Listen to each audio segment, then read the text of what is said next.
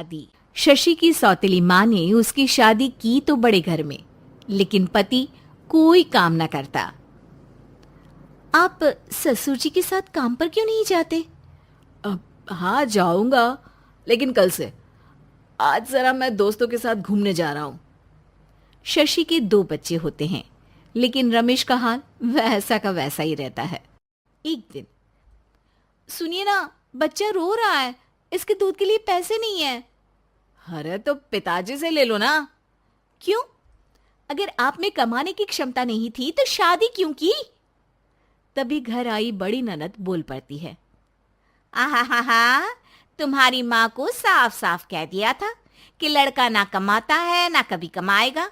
हम 4 बहनें हैं इसका ख्याल रखने के लिए, और पिताजी का इतना सारा पैसा, तुम्हें किस चीज की कमी रखी है? लेकिन थोड़े ही सालों में तकदीर बदल जाती है। शशि का ससुराल गरीब हो जाता है। सब बिकने के बाद शशि अपने पति, बच्चे और सास के साथ किराए के मकान में आ जाती है। मैं कोई नौकरी करना चाहती हूँ दीदी। अरे इतने बड़े घर की बहू थी शशि, तुम नौकरी करोगी? नहीं नहीं नहीं नहीं। नहीं करूंगी तो घर कैसे चलेगा? बच्चों को भी तो पालना है ना। तभी शशि का भाई आ जाता है। शशि, ये ले राशन का सामान, किसी भी तरह की कोई भी जरूरत हो तो बताना।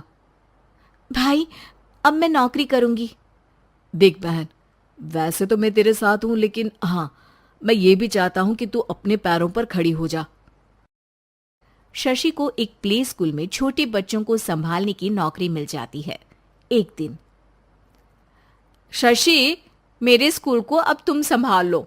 मैं कुछ दिनों के लिए अपने बेटे के पास जा रही हूं। लेकिन प्ले स्कूल अकेले मैंने कभी नहीं संभाला है। अब ये सब मैं नहीं जानती। इतने महीनों में तूने जो देखा, बस पूरे आत्मविश्वास के साथ उसे करना। शशि नीलम के जाने के बाद पूरे 1 महीने उसका स्कूल अकेले संभालती है, और फिर एक दिन आता है जब वो अपना खुद का स्कूल भी खोल लेती है। वाह शशि, तुमने आज मेरा सर गर्व से ऊंचा कर दिया। तुम्हारा यही आत्मविश्वास तुम्हें बहुत आगे ले जाएगा। नीलम, बहुत आगे जाने की चाह नहीं है, बस ये छोटा सा स्कूल मेरे बच्चों की अच्छी शिक्षा में मेरी मदद करे, यही मैं चाहती हूँ। शशि थोड़े थोड़े पैसों से ही अपना परिवार पाल रही थी। एक दिन उसके घर उसकी बड़ी ननद आती है। अरे भाभी, घर में कूलर तो लगा लेती, मेरी माँ को कैसे पंखे में लिटा रखा है? अरे तो शशि कौन सा एसी लगा कर सो रही है? वो भी तो यहीं रहती है ना मेरे पास। ज्यादा यहाँ आकर मेरी बहू को परेशान न किया करो। हाँ हाँ, मुझे भी शौक नहीं है इस छोटे से घर में आने का। मैं तो बस ये बोलने आई थी कि मेरे बेटे की शादी है तो ननिहाल का जो नेग होता है वो ले आना। हाँ हाँ, जितना बनेगा कर देंगे, और ना हुआ ना तो वो भी नहीं करेंगे। तभी शशि बोल पड़ती है। अरे नहीं नहीं माँ जी, रीटा घर की बेटी है, उसके ससुराल वाले उससे शादी पर पूछेंगे कि मायके से क्या मिला। रीटा, तुम मुझे सामान की लिस्ट भेज देना, मैं पूरी कोशिश करूंगी कि तुम्हारी हर डिमांड को पूरा करे। अच्छा, मैं खाना लगाती हूँ। शशि ये बोलकर किचन में चली जाती है। धीरे धीरे कर शशि किसी न किसी तरह अपनी सारी ननदों की डिमांड भी पूरी करती, बच्चों की ख्वाहिशें भी, और उनकी पढ़ाई के लिए पैसे जोड़ती। एक दिन जब शशि का बेटा 12वीं पास करके आता है। माँ, अब तुझे काम करने की जरूरत नहीं है। मैं अब कोई ना कोई नौकरी करके पढ़ाई भी साथ कर लिया करूंगा। शशि को लगता है कि बेटा और आगे पढ़ाई करे, लेकिन वक्त की मार के कारण वो बेटे को काम के लिए हाँ कर देती है। अब बेटा एक बैंक में चपरासी बन जाता है। लड़का देखने में तो बड़ा अच्छा है, अंग्रेजी भी पटर पटर बोलता है, फिर चपरासी क्यों? लड़का सारी बात मैनेजर को बता देता है। अच्छा, तो मैं तुझे एक मौका देता हूँ। तू यहाँ रहकर दूसरे डिपार्टमेंट का भी काम सीख। अगर तू किसी एक का भी काम अच्छे से सीख गया तो मैं तुझे यहाँ टेबल चेयर में बैठने वाली नौकरी दे दूंगा।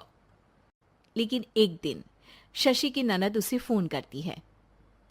अरे भाभी, देखो, मायका तो मेरा तुम लोगों से ही है। मैंने आपके बेटे और मेरे भतीजे प्रदीप के लिए यहाँ एक नौकरी देखी है। पूरे 5,000 मिलेंगे।